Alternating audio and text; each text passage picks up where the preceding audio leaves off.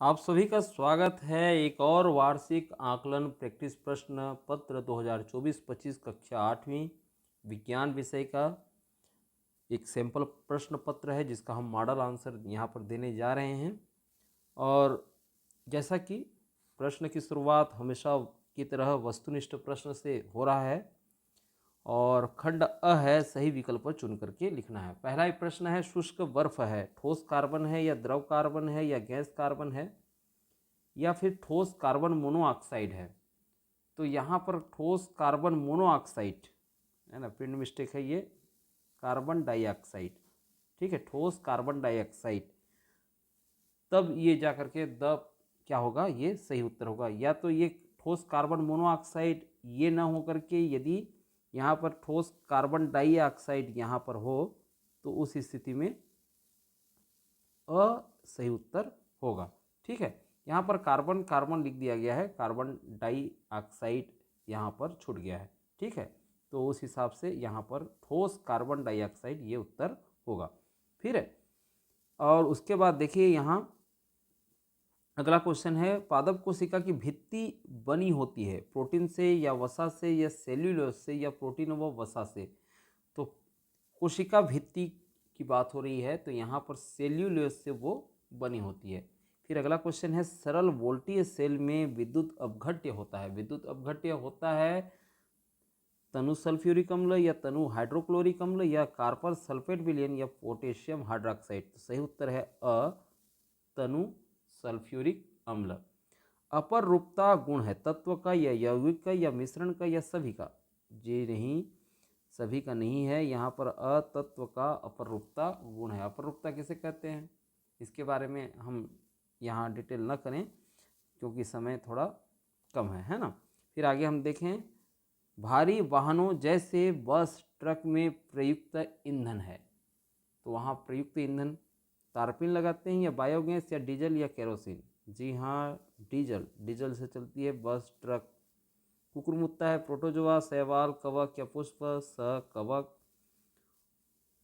यहाँ पर अगला क्वेश्चन है, उष्मायित्र यंत्र का उपयोग किया जाता है दुधारू पशुपालन में या फिर मत्स्य पालन में या कुक्कुट पालन में या मधुमक्खी पालन में। तो स ऑप्शन है कुक्कुट पालन में। मलेरिया के रोगाणु का वाहक नर क्यूलेस मच्छर या नर एनाफिलीज मच्छर या मादा एनाफिलीज मच्छर या मादा क्यूलेस मच्छर। तो ये यहाँ पर हो जाएगा श ऑप्शन, मादा एनाफिलीज मच्छर। ध्वनि संचरण संभव नहीं है, धातु, पानी, निर्वात, हवा। सही ऑप्शन होगा निर्वात। निम्नलिखित में से कौन सा नर हार्मोन्स है। तो नर हार्मोन्स है टेस्टोस्टेरोन।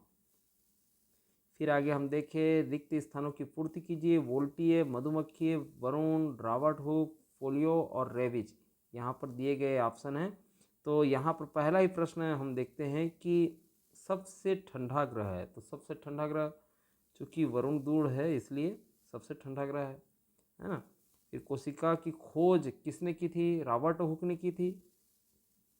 घड़ियों, कैलकुलेटर, ट्रांजिस्टर एवं कृत्रिम उपग्रहों में वोल्टीय सेल का उपयोग किया जाता है।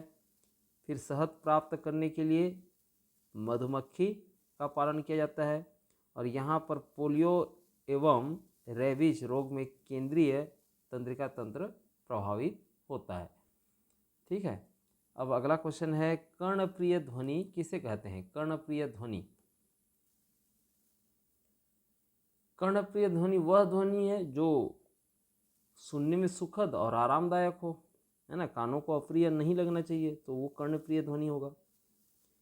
विद्युत सेल किसे कहते हैं। विद्युत सेल वह उपकरण है जो रासायनिक ऊर्जा को विद्युत ऊर्जा में बदलता है, तो उसको विद्युत सेल कहते हैं। सुस्वर ध्वनि क्या है। सुस्वर ध्वनि वह ध्वनि है जो नियमित कंपन से उत्पन्न होती है और सुनने में मधुर और सुखद हो लगती है ना, तो उसको सुस्वर ध्वनि कहेंगे। मधुमक्खी पालन को क्या कहा जाता है। तो मधुमक्खी पालन को एपी कल्चर के नाम से जानते हैं। एपी कल्चर, मधुमक्खी पालन या एपी कल्चर।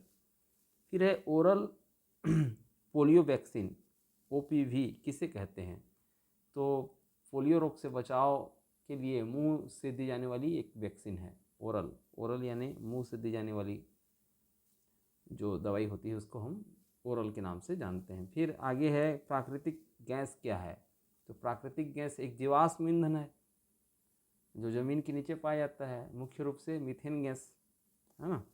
फिर आगे हम देखें ज्वाला का सबसे अधिक ताप वाला कौन सा क्षेत्र होता है। तो ज्वाला का सबसे अधिक ताप वाला जो क्षेत्र है उसका बाहरी क्षेत्र, और ये आमतौर पर नीला रंग का होता है। शुष्क बर्फ क्या है, जैसा कि पहले ही विकल्प में इसका उत्तर दे दिया गया है, ठोस कार्बन डाइऑक्साइड गैस, और इसका उपयोग क्या है, शीतलक में और खाद्य परिरक्षण में, है ना। शीतलक के रूप में और खाद्य परिरक्षण के रूप में इसका उपयोग किया जाता है। वे कौन से माध्यम हैं जिनसे सूक्ष्म जीव हमारे शरीर में प्रवेश करते हैं, कौन से माध्यम हैं। देखिए पहला तो है दूषित भोजन, दूषित पानी, हवा, और सीधे संपर्क से, या कोई कीट यदि हमको काटती है तो भी हमारे शरीर में ये सूक्ष्मजीव प्रवेश कर जाते हैं।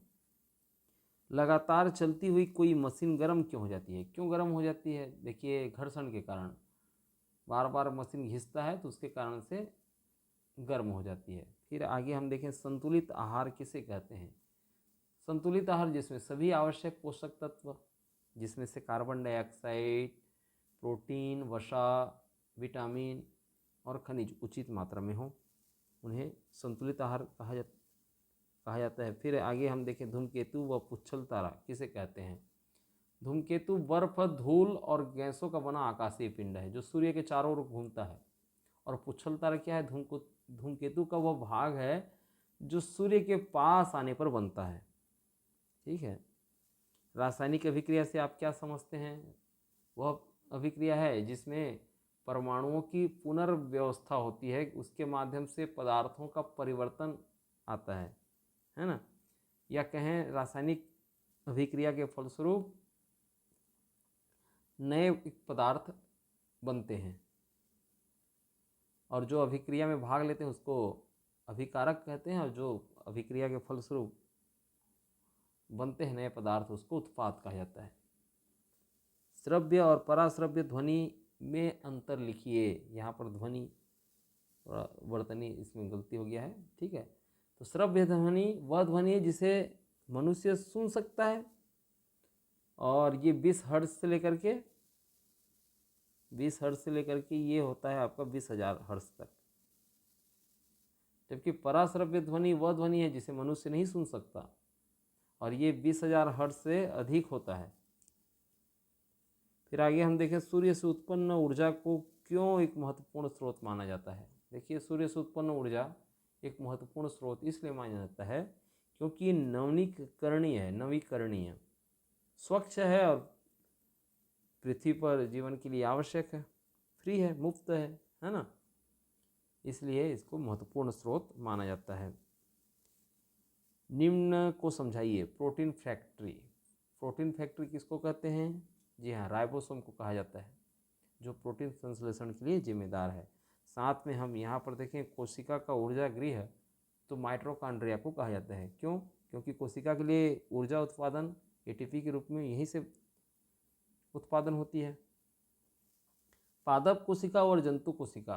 देखिए पादप कोशिका में कोशिका भित्ति और क्लोरोप्लास्ट पाए जाते हैं, और जंतु कोशिका में नहीं पाए जाते। तो ये प्रमुख अंतर है। फिर आगे हम देखें टिप्पणी लिखिए जीवाणु, विषाणु और किण्वन का। तो सबसे पहले हम जीवाणु को देखें। एक कोशिकीय सूक्ष्मजीव जो विभिन्न वातावरण में पाए जाते हैं उसको जीवाणु कहेंगे। और विषाणु किसे कहेंगे, एक संक्रामक एजेंट है जो जीवित कोशिका के अंदर में जाकर के प्रजनन करता है। बाहर में निर्जीव की भांति रहेगा, और जैसे ही कोशिका के अंदर में गया सजीवों जैसा लक्षण शुरू। किण्वन किसे कहते हैं, किण्वन सूक्ष्म जीवों द्वारा कार्बनिक पदार्थों का अवायवीय अपघटन, अवायवीय माने बिना, है ना, अपघटन क्रिया होती है। अपघटन यानी जटिल पदार्थों को सरल पदार्थ में बदलना। सड़ना जिसको सामान्य सी भाषा में कहें, सूक्ष्म जीवों द्वारा कार्बनिक पदार्थों का अवायवीय अपघटन किण्वन कहलाता है। सामान्य लाल रक्त कोशिका और हंसियाकार लाल रक्त कोशिका में क्या अंतर है। लाल रक्त कोशिका यानी आरबीसी, जिसके कारण से खून का रंग लाल रंग का दिखाई देता है। तो सामान्य जो लाल रक्त कोशिकाएं हैं वो गोल होती हैं, गोल होंगी, द्विअवतल होती हैं, कुछ इस प्रकार से द्विअवतल होती हैं। जबकि हंसियाकार जो लाल रंग कोशिकाएं वो हंसिया आकार की होती हैं, ऐसा ही रही।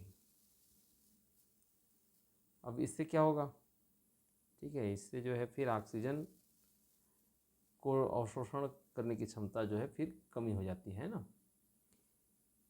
किन्हीं दो विषाणुजन्य रोगों के नाम और लक्षण लिखिए। तो विषाणु जनित जो रोग हैं उसमें से है जुकाम और पोलियो। जुकाम किस में क्या है उसका लक्षण, जुकाम में है कि नाक बहना और खांसी बुखार ये आ जाती है। और पोलियो का लक्षण क्या है, पोलियो में बुखार तो आएगी, सिर दर्द होगा और लकवा भी इसका लक्षण होता है ना। फिर आगे हम देखें ग्रीन हाउस प्रभाव क्या है, समझाइए। ग्रीन हाउस प्रभाव एक प्राकृतिक प्रक्रिया है जिसमें कुछ गैसें जो पृथ्वी की वायुमंडल में गर्मी को रोकती हैं और इससे इसी कारण जो है पृथ्वी गर्म हो जाती है। और अभी यही हो रहा है, ग्रीन हाउस इफेक्ट, है ना। तो प्रमुख रूप से जैसे ग्रीन हाउस गैसें में आपका मीथेन हो गया, कार्बन डाइऑक्साइड, इनका नाम आता है, क्लोरोफ्लोरोकार्बन। ऑक्सीजन के भौतिक गुण लिखिए। तो ऑक्सीजन के भौतिक गुण में हम देखें तो रंगहीन है, गंधहीन है, स्वादहीन है। ना तो इसका रंग है, ना तो इसका गंध है, ना तो इसका स्वाद है। और पानी में थोड़ा घुलनशील है और दहन में समर्थक का काम करती है, मतलब आग को भड़काने का काम ये करती है ऑक्सीजन। पीड़कों से फसल की सुरक्षा कैसे की जाती है। पीड़कों से मतलब जो टिड्डा वगैरह है ना, कीड़े मकोड़े जो फसल को नष्ट करते हैं, तो पीड़कों से फसल की सुरक्षा कीटनाशक का उपयोग, जैविक नियंत्रण और फसल चक्र जैसी विधियों का उपयोग करके किया जाता है। टिप्पणी लिखिए यहाँ पर कोई दो मधुमक्खी पालन के विषय में। तो मधुमक्खी पालन, शहद और मोम उत्पादन के लिए मधुमक्खी पालन किया जाता है, जिसको एपीकल्चर के नाम से जानते हैं। उसी तरीके से पोल्ट्री फार्म में हम देखें कुट पालन जिसको कहते हैं, मांस और अंडे के उत्पादन के लिए मुर्गी और बतख आदि का पालन करते हैं। और केचुआ खाद, तो केचुआ द्वारा जो कार्बनिक पदार्थों का अपघटन करके जो बनाई गई खाद है उसको हम केचुआ खाद कहेंगे। तो इसमें केचुआ का पालन किया जाता है, समझिए। तो आशा है आप लोगों को सारा चीज़ समझ में आ गया होगा।